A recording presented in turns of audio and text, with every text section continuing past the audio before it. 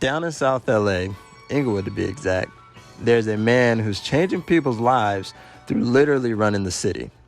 Often called the mayor, Barack Obutta has curated a safe space for black and brown folks and runners from all different backgrounds and levels to kickstart their fitness journey through the simple art of running via his run club, KeepitRun Hundred. And today, I have the honor of interviewing him over arguably one of the best tacos in Los Angeles. This is a busy guy with a very vibrant and explosive personality, and I can't wait for y'all to check him out and see how he does cheat meals. Stick around to see how we do it. If you're watching this, get a notepad out and learn something today, okay? You, yes, you. Get one, okay. Pull up in motorcades. I got a show today. It's all I'm trying to do. Hustle and motivate. So give it up for these lovely people for coming out today, guys.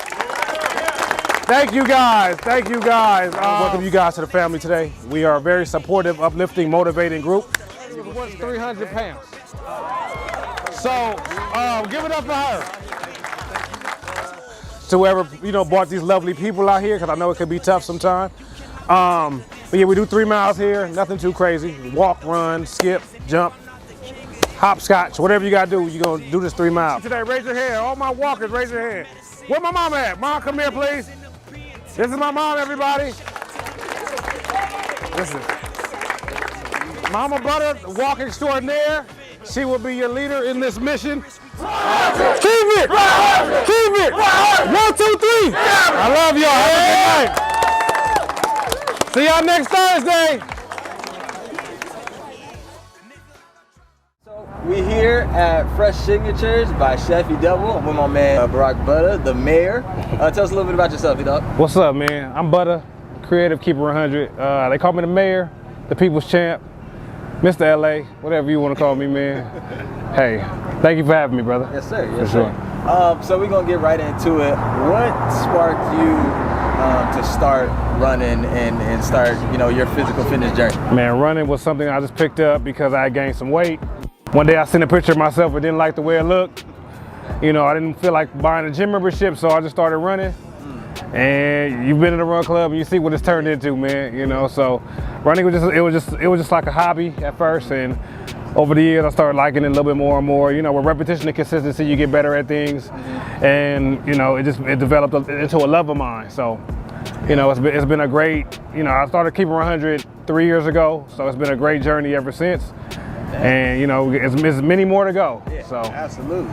And so when you first started off, because I actually had a similar experience like that. It was after, but playing football, whole time they was trying to get me to get to like 220 or whatever. I stayed around like 205, 208. Stopped playing for a month, shot up to like 229. My brother took a picture of me and my other brother in our apartment we had just moved in. And I seen I got a gut hanging up. So I'm like, yo, what? Right. Wake up. Right. But from being an athlete and then starting training on my own and stuff like that, it was a little bit of a transition. It took me a while to get consistent. What was that like for you when you started running? Was it like immediately you was able to just like, all right, I'm up every day? Oh, no. Everything takes time. Start off doing 1 mile, 1 turn to 2, 2 turn to 4. But like I said before, repetition and consistency. If you do something over and over, you're gonna get better at it, or at least you want to get better at it, and just continue to grow and do more. Because I never wanted to just stay complacent, So that's crazy to say. That's what I've been finding in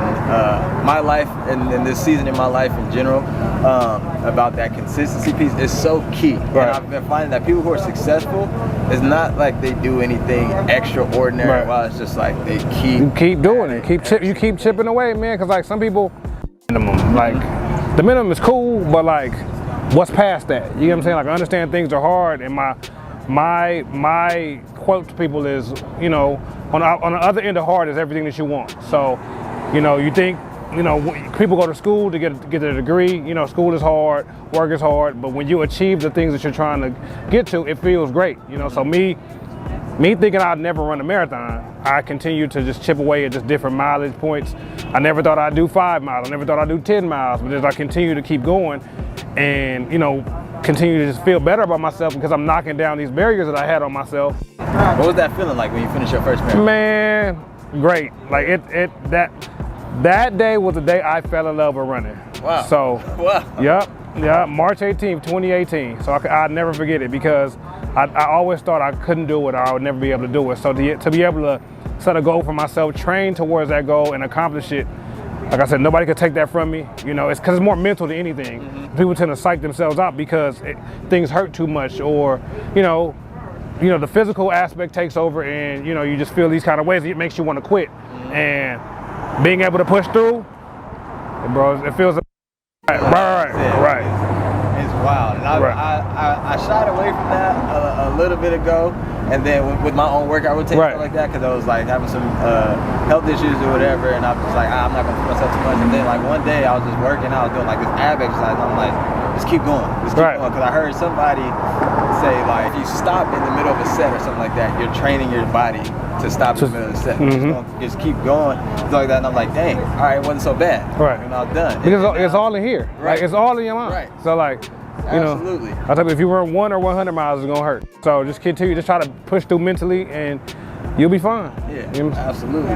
Where did that mindset come from? You? Man, is that something that you always had, or did you? I believe so, man. Like I never gave up on much in my life. You know, so like, I just wanted to, and I always wanted to be the best at everything that I've done. So I think I'm doing a pretty good job at it. You know. That reminds me of something that you told me at the run club the other day. I was walking. You went to the bars afterwards. I was like, the bars open. You was like, well, yeah, everything I do 100%. Everything gets 100%, bro. Like, cause like, I'm not your typical runner, bro. Like if you know the run community, you gotta look like this, you gotta train like this.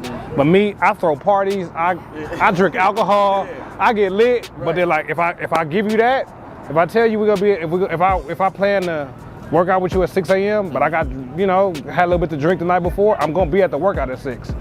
No, I'm not calling you, telling you, oh, I don't feel good, because everything I do, I commit to. So partying gets 100%, running gets 100%, fatherhood gets 100%, everything is, that's why it's KeepitRun Hundred, baby. Yeah, you feel me? So I love that. I love that. And then to piggyback off that commitment thing, a lot of people at times overcommit, and that's where we So in that, hurt ourselves. I always tell people like I don't overcommit to anything. If I tell you I can't, I'm not gonna tell you I'm gonna do something I'm not gonna do. Like, you know, you can go to let's say you have a Saturday full of just different events, birthdays, baby showers, whatever, and like you want to get to one, but if you know you don't stress yourself too much, because it's not gonna hurt anybody but you. You get what I'm saying? Because people could be mad at you for not being able to, let's say, like friends get mad at each other for not making it to birthday parties or birthday dinners or things like that. Bro, like, I'm an adult, bro. Like I can go to work. I can be like my kid. If I don't make your birthday situation, you can't be mad at me because I have things going on in my life as well. So I'm not gonna overcommit to your situation if I can't make it. You get what I'm saying? Because of the things that are going on in my life. Because I come first. Yeah, absolutely. So because it's your life. Exactly.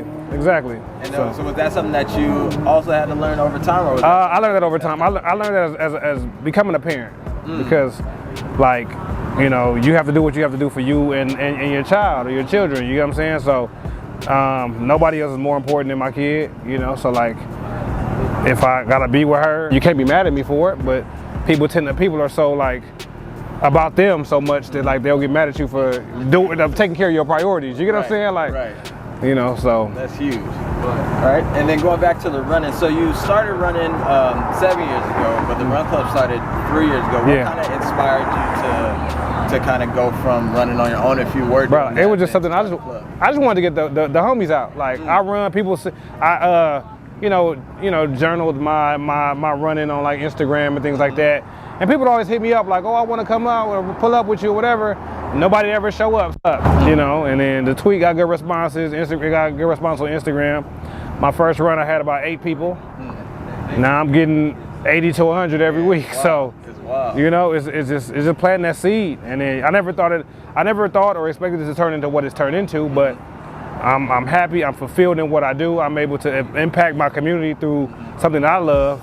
And life is good. Yeah, you know what I'm saying? So, and what are some of those benefits that you've seen through the run club as far as like the community and different things? I mean, you know, you've been there, so you see like at the end, I create the circle where everybody is able to put your business out there and someone could, you know, benefit off that, you know what I'm saying? Here, you're a mechanic, you're a tax person, or whatever it may be, utilize what you have going on to help them, or vice versa and things like that, because we're, like I always preach, family, and let's keep everything in house instead of going out to someone else and we're, you know what I'm saying, giving them, let them reap the benefits of what we have going on. You know what I'm saying? So, you know, that's, you know, being able to impact my community physically. People telling me they've, you know, getting healthier, mile times increased. Kids out there, just like that's. So. Gotcha. Yeah, and I like that about the club, because that's where, like I said, we've been there before. I've seen it. Most clubs that you go to and stuff like that, it's usually just about, you know, the person who's running there, like whatever, how can we better the club? But like, you do open in that space at the end of the day, and you're able to meet different things. I've been able to join different types of through your organization and different. So that's really cool, and that's a unique thing that you have. Thank you. I appreciate that. Yeah, I just want to uplift. Like, I'm from South Central Los Angeles, man. Where I come from, running is pretty much non-existent. So for me to find a love in it, back through it, and build a space where people can come and just share their things, it feels amazing, man. Like I'm having the time of my life. At first, people were like, well, what is he doing running all over the place? Like, I'm running through the entire city and it looks crazy to some people, but it's just something that I just thoroughly enjoy. Like I tell people, it's my coffee in the morning. Just like I get up, I knock it out, and then I feel great, you know what I'm saying? But like, it was amazing, getting people off the couch, you know what I'm saying? Like we do running, we do walking, but my thing is just getting people active. I don't care, you know what I'm saying, what it is. Just, you can come walk, run, skip, jump rope, just do something. I tell people, if you aren't active, get up, walk 10 minutes one way, turn around and walk back home. Like it's simple, because we're combating so many just different things now, especially as people of color, you know what I'm saying? High blood pressure, heart disease, COVID, et cetera, et cetera. So, you know, an active lifestyle helps, you know, more than everything, you know what I'm saying? So let's get big component of it as well. And that's the whole purpose of this Nomad show that I started, is like understanding and trying to see how you, the other person, does fitness, because it's not one way to do it. You do it and just get up and get active. And I tell people that all the time, like, we live such a sedentary lifestyle. You're at work, you're sitting down 8 hours a day, 9 hours a day. You're in your car to work, you're driving 30 minutes to an hour, depending on your traffic. When you get home, you're tired from work, you're sitting down on the couch. Like, at no point in the day were you really active for most people. And it's just and it's even another thing that I always saw. We a lot of times get to rest on our physique and like natural, like, just the way we look. We look good. But we think we're gonna stay that way forever, and that's not the case. It's like, but then on top of that too is, we may look good physically, but it's like, how healthy are we actually? So my example of that is, like, I tell people, your body is your car. You only get one of them. You know what I'm saying? So you got to make sure you take care of your car. You got to make sure it's running right. You know, and that comes with, like, your diet, you know what I'm saying, just the way, your activity and things like that. With that, so many just negative things can happen. So just make sure you take care of yourself out there, man. It's real out here. We've all lost people to the most random things. So just get up, get active, man. I know it's not easy, but, you know, it's better for you in the long run. Speaking of getting up and getting active, what does a typical day in the life of the mayor look like?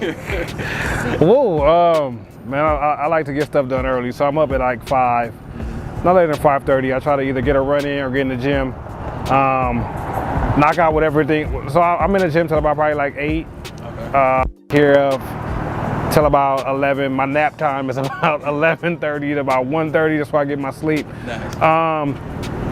Spend some time with my daughter, you know, continue doing other work that I have to do, try to do a second workout sometime in the evening. You know, I have a very busy social life as well, so I try to fit those in there as well. But yeah, you know, I try to be I'm big on momentum, because once I stop moving, I'm gonna go to sleep. So I try to do as much as possible during the day. So like, I try to schedule my meetings, like, you know, between, let's say, I fall asleep around like 11:30 noon. So any meeting I probably have will be somewhere between 10 and noon or something like that. And then once those are done, you know, let the day take care of itself. Like I don't I work for myself, so I'm able to kind of just get up and do whatever it is I feel like doing. So that's a reward in that. But yeah, life is good. Like I keep saying that life is good. I have no complaints, and my baby's good, and that's all that matters to me. Absolutely. And I think I'm the same way too, where I like to get my workouts done early in the morning because it's just. Because I tell people the world is open between 10 and 7. So, you know, if you got to work or whatever, you're trying to squeeze so many things in between that time. Like, if you go to work, if you get off work, you're trying to squeeze something in right after work. So, I don't want to squeeze. I want to make sure I have enough time for everything. And then, like, a lot of people, when they get off work, you know, things to come up, you know, happy hour or whatever it may be. And the first thing to go is the workout. Like, I'm not working out today. Like, I can get to it. You know what I'm saying? So, let me get up, knock the workout out, and you know, that's a good start to the day. It's great momentum for the day. About, you know, your life, you're in a good place when your daughter's good, everything like that. Talk to me about, like, what is it like being an active parent? Somebody. Bro, it's the most amazing thing ever. Shout out to Ashton. Happy birthday to her. Happy birthday. She just turned 7, man. My baby girl, she just went to the Bahamas for her birthday. Had a wonderful situation. Oh, here we go. Here we go. Service. Okay. Hey. Okay. Here you go, sir. Thank you. Okay. Enjoy. Okay. Am I? Y'all, look at this. This is the Butta Taco. Y'all see this? You know. Not lying about it being basically the size of a burrito. Yeah, man. Who do you know has their own taco there? Hey, man. You know, they don't call me the mayor for nothing. You feel me? So, nah, but this was created by my boy Chefy Double. Shout out Chefy Double. He's around here somewhere. Chefy Double, pull up on me real quick. Come here real fast, man. Come on. Finish this donut. Oh my God, okay, do your thing, man. Do your thing. Now Chefy Double's around here. You know, we were sitting around one day at his brother's house, and I was like, man, I'm hungry.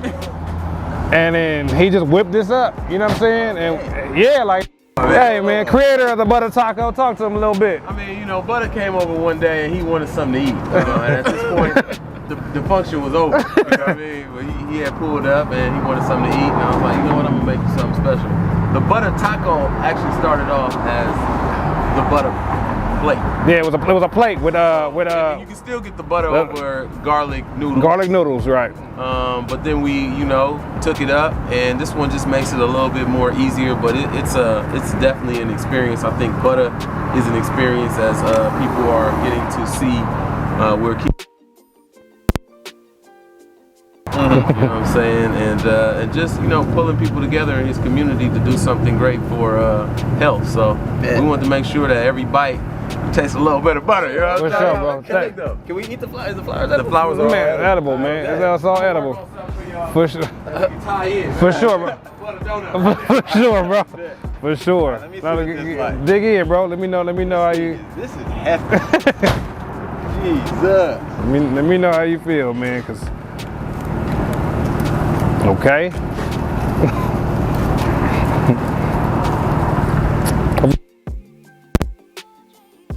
It's braised short ribs topped with fried shrimp. You know what I'm saying?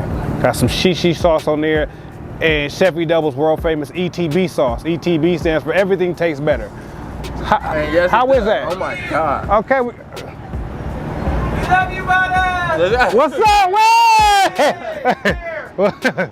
You can't even script that. That's crazy. This is insane. That's what my mouth is doing right now.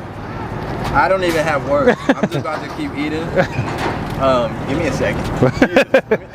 Go ahead, go eat the flour, man. It's edible, bro. Like, go ahead, you know what I'm saying? So, yeah, man. Listen, we might have found the best taco in LA. Best taco, hands down. Connoisseur.